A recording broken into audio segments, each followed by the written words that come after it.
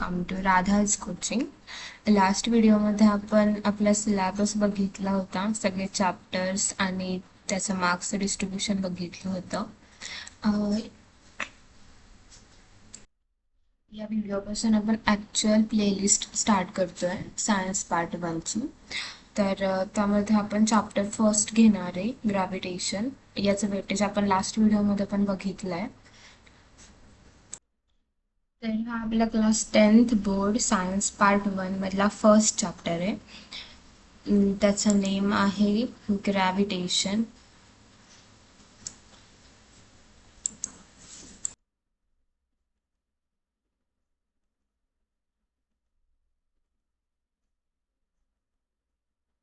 Overall हा chapter जो आहे तो जर आपण विथ ऑप्शन बघितला तर टोटल साधारण 5 मार्क्ससाठी आहे, आणि विदाउट ऑप्शन बघितला तर तो 3 मार्क्ससाठी आहे. सो आज आपण स्टार्ट करूया ग्रॅव्हिटेशन. मग ग्रॅव्हिटेशन शब्द ऐकल्यावरती आपल्याला पहिल्यांदा काय आठवतं की नाही का, ग्रॅव्हिटेशन सगळी थिअरीतूनच स्टार्ट होते. मग आठवतात ते सर ॲझॅक न्यूटन. मग असं वाटतं की नाही का यार, का न्यूटन सर आले आणि ग्रॅव्हिटेशन सहित ऑल मॅथमॅटिक्सच्या सगळ्या एवढ्या थिअरीज त्यांनी मांडल्या. म्हणजे नाही का, असं होतं आपल्याला की काही गरज होती त्यांना. ॲपलच्या झाडाखाली बसले होते तर ॲपल खायचे होते आणि उठून जायचं होतं. ते शोध लावत बसले की ते खाली काय आलं, इकडे तिकडे का नाही गेलं. मग त्याच्यापासून आपल्याला समजतं की नाही का, ग्रॅव्हिटेशनचा शोध लागला. ओव्हरऑल आपल्याला रँडमली आपल्याला हे सगळं माहिती आहे. पण जसं जसं आपण हा चॅप्टर डीपमध्ये बघत जाऊ तसं आपल्याला समजेल की वेगवेगळे फोर्सबद्दल आपण बघणार आहे. या चॅप्टरमध्ये टोटल मेन कंटेंट काय आहेत आपण बघू पहिल्यांदा. तर हा चॅप्टर आहे ग्रॅव्हिटेशन. त्याचे पॉईंट्स काय काय, या चॅप्टरमध्ये आपण काय काय पॉईंट्स बघणार आहे. तर फर्स्ट बघणार आहे की आपण ग्रॅव्हिटेशन म्हणजे काय, आणि त्याच्यानंतर सेकंड आहे तो आहे केप्लर्सचे लॉ. म्हणजे केप्लर्स नावाचा पण एक सायंटिस्ट होता, तर मग त्यांनी आपल्याला लॉज दिले. तर मग त्या लॉज रिगार्डिंग पण आपण बघणार आहेत की त्यांनी त्या लॉजमध्ये आपल्याला काय सांगितलं वगैरे वगैरे. त्याच्यानंतर थर्ड आपण बघणार ॲक्सलरेशन ड्यू टू ग्रॅव्हिटी. नंतर acceleration due to gravitational force, आणि अर्थच्या ग्रॅव्हिटेशनल फोर्समुळे जे कसं ॲक्सेलरेशन होतं. ॲक्सलरेशनचे टर्म्स आपण प्रिव्हियस स्टँडर्डमध्ये बघितलेत, बट हे ग्रॅव्हिटी म्हणजे अर्थचं ग्रॅव्हिटेशनल फोर्स जे आहे त्याच्यामुळं कसं ॲक्सलरेशन होतं, त्याच्यात काही चेंजेस होतात, ते सगळं बघणार आहे आपण. नंतर आपण बघणार आहे फ्री फॉल ही कन्सेप्ट काय आहे, म्हणजे नक्की आपण कशाला फ्री फॉल म्हणायचं हे बघणार आहे. त्याच्यानंतर सर्क्युलर मोशन आहे. नंतर न्यूटन्सचा युनिव्हर्सल लॉ ऑफ ग्रॅव्हिटेशन आहे, म्हणजे जे ग्रॅव्हिटेशनबद्दल आपण म्हणतो की नाही का, अर्थचं ग्रॅव्हिटेशनल फोर्स, अर्थचं ग्रॅव्हिटेशन, हे मेन जे आपल्या चॅप्टरचं नावच आहे ग्रॅव्हिटेशन. त्याबद्दल म्हणजे नक्की ते काय आहे हे या पॉईंटमध्ये आपण बघणार आहे की न्यूटनचं युनिव्हर्सल लॉ आहे, त्याच्यामध्ये ग्रॅव्हिटेशनचा त्याचा फॉर्म्युला वगैरे, युनिट, आणि त्याच्यावरती न्यूमरिकल्स पण बघणार आहे आपण थोडक्यात. आणि त्याच्यानंतर लास्ट पॉईंट येतो तो येतो एस्केप व्हेलॉसिटीचा. एस्केप व्हेलॉसिटी म्हणजे नक्की काय आहे हे सगळं आपण यामध्ये बघणार. ठीक आहे, तर आपण हे पॉईंट्स या ओव्हरऑल चॅप्टरमध्ये बघणार आहे. तर नाही का, फर्स्ट आपल्याला जसं सिलेबस चेंज झाला तेव्हापासून आपल्याला येतं की म्हणजे कॅन यू रिकॉल. समटाईम्स काय होतं की या कॅन यू रिकॉलचे क्वेश्चन्स आपल्याला फिल इन द ब्लँक्स किंवा MCQजमध्ये विचारले जातात. तर मग हे ॲटलिस्ट नाही का आपल्याला माहीत तरी असलं पाहिजे की कॅन यू रिकॉलच्या क्वेश्चन्सचे आन्सर्स काय. मग आपण पहिले ते बघणार आहेत. असं खूप मोठं लक्षात ठेवायची आन्सर्स गरज नाही आहेत, ॲटलिस्ट थोडं तुम्हाला ओव्हरऑल आयडिया तरी आली पाहिजे की यार, आता जसं ह्यांनी विचारले फर्स्ट क्वेश्चन काय की इफेक्ट्स ऑफ फोर्सचे इफेक्ट्स काय होत आहेत, की तुम्हाला कुठले कुठले फोर्स माहिती आहेत अजून, म्हणजे नाही का आपल्याला माहीत पाहिजे की बाबा इफेक्ट्स काय होतात फोर्सचे, कोणते कोणते फोर्स आपल्याला, आपण प्रिव्हियस स्टँडर्डमध्ये कोणते कोणते फोर्स शिकलो. आणि त्याच्यानंतर की जसं आपलं चॅप्टर ॲक्च्युअल ग्रॅव्हिटेशनल फोर्स म्हणजे काय हे सुद्धा आपल्याला माहिती पाहिजे. तर मग आपण पहिले ते बघूया, याचे आन्सर्स बघूया. ठीक आहे, कॅन यू रिकॉलचा पहिला क्वेश्चन काय होता की what are the effects of a force acting on an object. म्हणजे फोर्स जेव्हा एखाद्या ऑब्जेक्टवरती आपण अप्लाय करतो तर त्याचे इफेक्ट्स काय दिसतात आपल्याला. तर फोर्समुळं काय काय होतं बघा. पहिलं तर काय, फोर्स आहे तो एखाद्या स्टेशनरी ऑब्जेक्टला मूव्ह करू शकतो. म्हणजे काय, force can move stationary object. ठीक आहे. तसं एक्झाम्पल काय देऊ शकतो आपण, की नाही का, की खरंच बाबा फोर्स आपण अप्लाय केल्यावरती एखादं स्टेशनरी म्हणजे स्थिर असलेलं ऑब्जेक्ट मूव्ह व्हायला लागतं. तर एक्झाम्पल आहे की पुलिंग अ सूटकेस. जेव्हा पण आपण गावाला जायचं म्हटलं की आपण पहिलं काय करतो, बॅग घेतो. मग बॅग कसं कॅरी करणार आपण त्याच्यावरती डिपेंड आहे ना. मग बॅगला जर व्हील्स असतील तर आपण काय करतो, त्याला ओढत ओढत घेऊन जातो. ठीक आहे. मग आपण त्याला पुल करतो.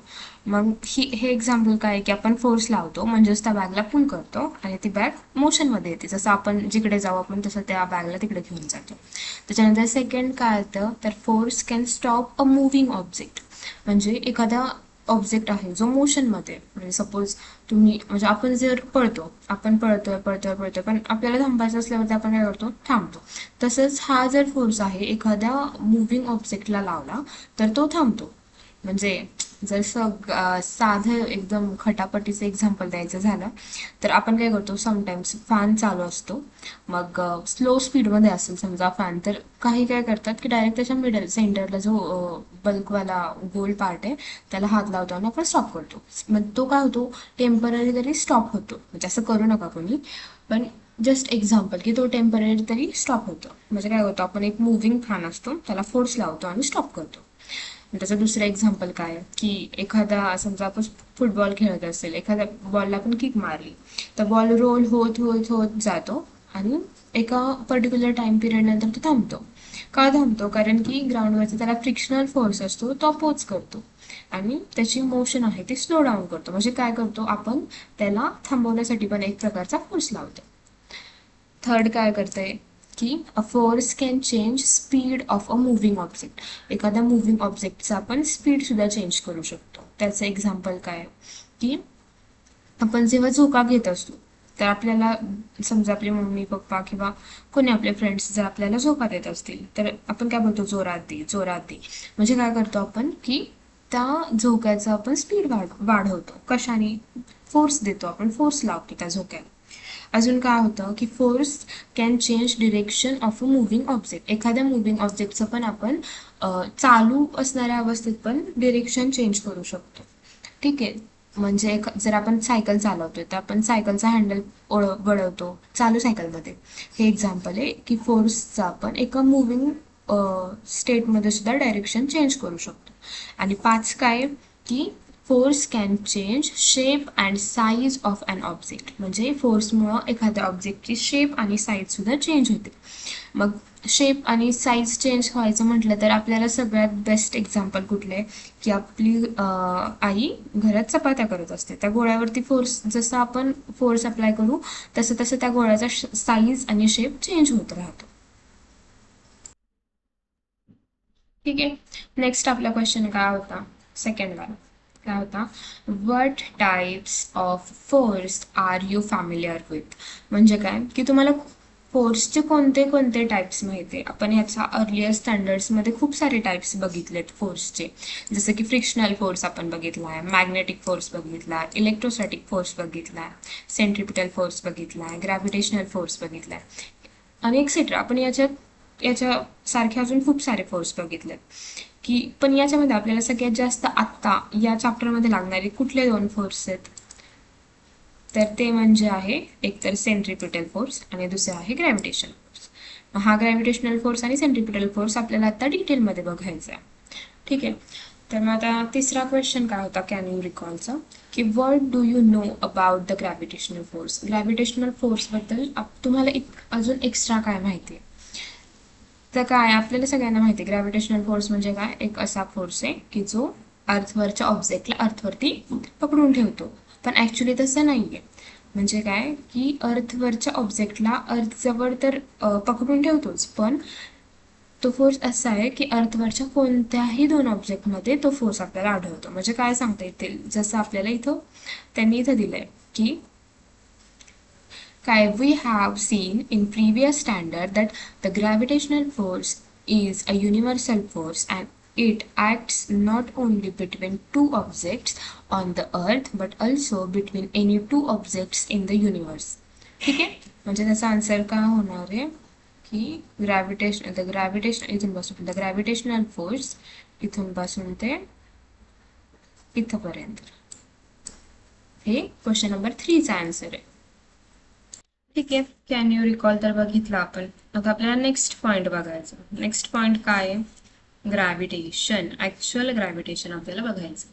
ठीक आहे, मग आता काय झालं होतं, ग्रॅव्हिटेशनची एक गोष्ट आहे की बाबा एक झाड होतं, जस्ट झाड आपण ग्रीन कलरने काढूया. ग्रीन कलरचं झाड होतं आणि त्याला कशाचं झाड होतं, ते ॲपलचं झाड होतं. ठीक आहे, मग त्याला ॲपल्स लागलेले. तर माझ्या ॲपलचा शेप एवढा प्रॉपर नाही आहे, समजून घे की बाबा ॲपल्स लागलेले त्याला. आणि ह्या ॲपल्सच्या झाडाखाली कोण बसलं होतं, आपले sir Newton, Isaac Newton sir बसले होते इथं. ठीक आहे, मग काय झालं की हे ॲपल आहे हे तुटलं आणि खाली पडलं. मग आपल्या आयझॅक न्यूटन सरांना काय वाटलं की हे ॲपल आहे ना, हे ॲपल खालीच का पडलं, हे ॲपल इकडं इकडं किंवा असं हॉरिझॉन्टली हवेतच फ्लाय करत का नाही पडलं. मग या सगळ्यावरती विचार करून करून सरांनी ॲपल तर काय खाल्लंच नाही वाटतं, पण या सगळ्या गोष्टींवरती विचार करून करून सरांनी ग्रॅव्हिटेशनचा शोध लावला की नाही का, म्हणजे हे ॲपल आहे ते व्हर्टिकली डाऊनवर्डच का पडलं, हॉरिझॉन्टली फ्लाय करत का नाही गेलं, किंवा परपेंडिक्युलर सोबत, म्हणजे हे जी स्ट्रेट लाईन आहे याला परपेंडिक्युलर काही सम अँगल बनवून का नाही ते पडलं खाली, एकदम एक्झॅक्ट असं सरळच का पडलं आणि खालीच का पडलं. मग याच्यावरती खूप विचार केला सरांनी. मग आपल्याला ग्रॅव्हिटेशनचं इन्व्हेन्शन करून दिलं सर आयझॅक न्यूटन सरांनी.